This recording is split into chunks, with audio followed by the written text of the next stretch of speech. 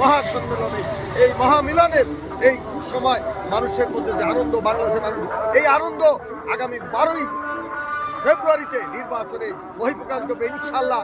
2007 সালের তারেক রহমানের গ্রেপ্তার পর থেকে আমরা প্রথমে তারেক রহমান মুক্তি পরিষদ 10ই মার্চ, এর পরবর্তীতে ম্যাডাম গ্রেপ্তারের পরে ম্যাডামের অনুমতি নিয়ে আমরা 28শে সেপ্টেম্বর 2007 খালেদা জিয়া তারেক রহমান মুক্তি পরিষদ করেছি। আমরা সবাই খালেদা জিয়া তারেক রহমান মুক্তি পরিষদ নেতৃবৃন্দ, ওইখানে রয়েছে সমস্ত নেতৃবৃন্দ, আমরা কিছু সিনিয়র নেতৃবৃন্দ আমরা এখানে এসেছি একদম এয়ারপোর্ট ঘুরে আমরা এখানে এসেছি যে এদিক থেকে আমাদের নেতার সাথে দেখা হওয়া বা সেই সুযোগ আমরা মনে করছি আমাদের আনন্দ অত্যন্ত। আমরা 17 বছর 18টা বছর আমরা কষ্ট করেছি, হামলা খেয়েছি, জেল খেয়েছি। আমাদের প্রিয় নেতাকে আমরা এয়ারপোর্টে সেদিন বিদায় দিয়েছি।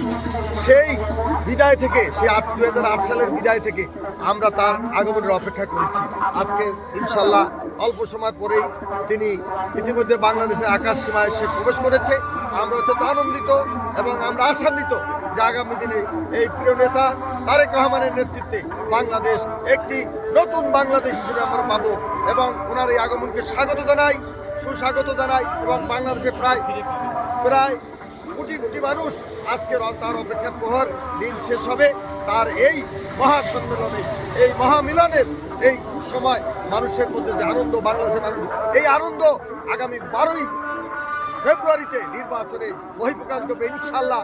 তার নেতৃত্বে আগামী দিনে বাংলাদেশ সরকার গঠন করবে এবং বাংলাদেশের সকল মানুষকে সুখে সমৃদ্ধশালী করার জন্য আর এক জিয়া, অনন্য জিয়া হিসাবে তারেক রহমান আগমন হবে ইনশাল্লাহ। আগামী দিনে এই বাংলাদেশের মানুষের বাক স্বাধীনতা, গণতন্ত্র, ভোটের অধিকার, উন্নয়ন সবকিছু ইনশাল্লাহ তারেক রহমানের নেতৃত্বে এগিয়ে যাবে।